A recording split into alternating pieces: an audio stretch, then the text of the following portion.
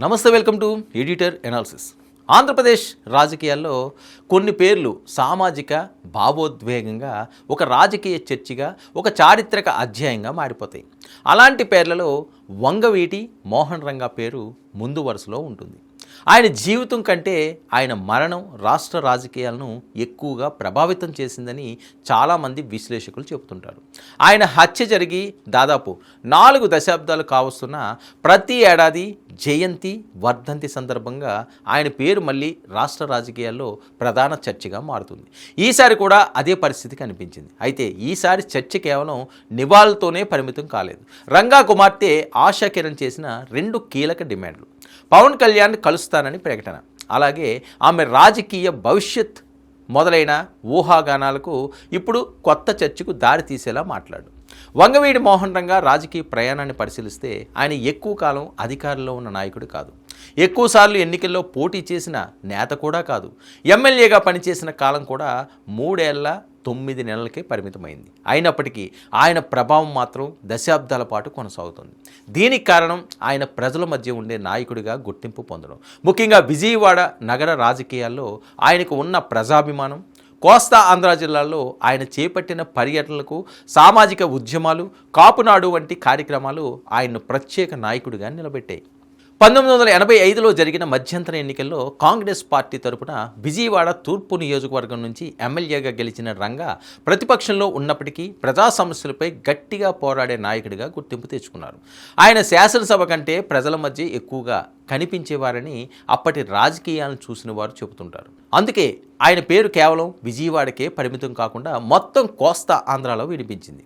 అయితే రంగా రాజకీయ జీవితాన్ని పూర్తిగా మార్చేసిన ఘటన 1988 డిసెంబర్ 26 విజయవాడ నడిబొడ్డున జరిగిన ఆయన హత్య అప్పట్లో రాష్ట్ర రాజకీయాలను కుదిపేసింది.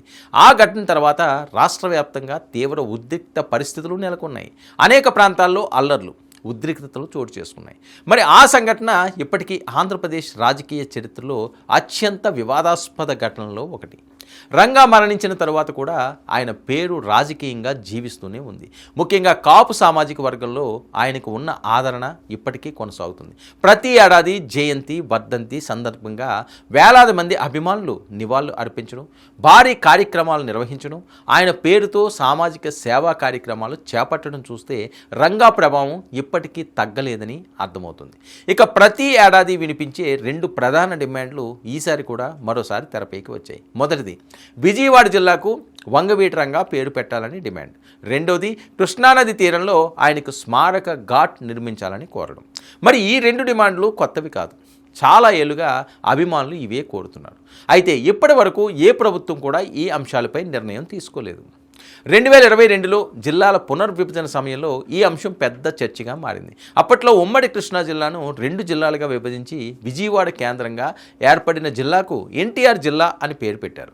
అదే సమయంలో రంగా అభిమానులు మాత్రం ఆ జిల్లాకు వంగవీటి రంగా పేరు పెట్టాలని పెద్ద ఎత్తున డిమాండ్ చేశారు. కానీ అప్పటి ప్రభుత్వం ఎన్టీఆర్ పేరుని ఖరారు చేసింది.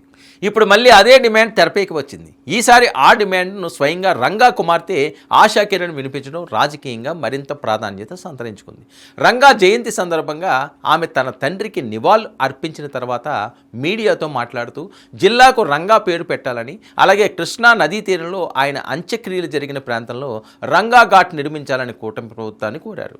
అయితే వంగవీటి ఆశ చేసిన మరో ప్రకటన ఇప్పుడు మరింత చర్చకు కారణమైంది. ఈ 2 డిమాండ్లతో తాను త్వరలోనే ఉప ముఖ్యమంత్రి పవన్ కళ్యాణ్ను కలుస్తానని చెప్పారు. అంతేకాదు, పవన్ కళ్యాణ్ ఈ అంశాలపై సానుకూలంగా స్పందిస్తారనే ఆశాభావాన్ని కూడా వ్యక్తం చేశారు. ప్రస్తుతం కాపు సామాజిక వర్గంలో పవన్ కళ్యాణ్కు గణనీయమైన ఆదరణ ఉంది. అదే సమయంలో వంగవీటి రంగా పేరు కూడా అదే సామాజిక వర్గంలో బలమైన భావోద్వేగ అంశంగా కొనసాగుతుంది. ఈ నేపథ్యంలో ఆశా కిరణ్ పవన్ను కలవడం కేవలం ఒక వినతి పత్రం ఇవ్వడానికే పరిమితమవుతుందా, లేక భవిష్యత్ రాజకీయాలకు కూడా సంకేతమా అనే చర్చ రాజకీయ వర్గాల్లో ఇప్పుడే ప్రారంభమైపోయింది. ఈ చర్చకు మరో కారణం కూడా ఉంది. గత ఏడాది డిసెంబర్లో నిర్వహించిన రంగానాడు కార్యక్రమంలో ఆశా కిరణ్ చురుగ్గా పాల్గొన్నారు. అప్పటి నుంచే ఆమె రాజకీయ భవిష్యత్తుపై చర్చ సాగుతుంది. ఆమె నేరుగా రాజకీయాల్లోకి వస్తారా, వస్తే ఏ పార్టీని ఎంచుకుంటారు అనే ప్రశ్నలకు ఇప్పటి వరకు స్పష్టమైన సమాధానం లేదు. మరి ఆశా సోదరుడు వంగవీటి రాధాకృష్ణ ప్రస్తుతం టీడీపీలో కొనసాగుతున్నాడు. రాధా రాజకీయ ప్రయాణం కూడా అనేక మలుపులు తిరిగింది.